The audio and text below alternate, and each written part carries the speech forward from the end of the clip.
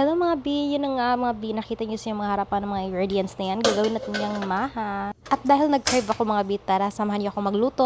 Yan mga B, ilagay na natin yung 2 can ng gata natin. At isunod natin ang ating evaporated milk mga B. At saka ito namang condensed milk. At pagkatapos ng lahat ng yan mga B, maghalo-halo lang tayo, mekos-mekos kumbaga. At habang nagpapakulo tayo, i-prepare na natin ang ating cornstarch. Dito mga B, naglagay ako ng 2 cups ng cornstarch, 1 cup ng Royal True Orange.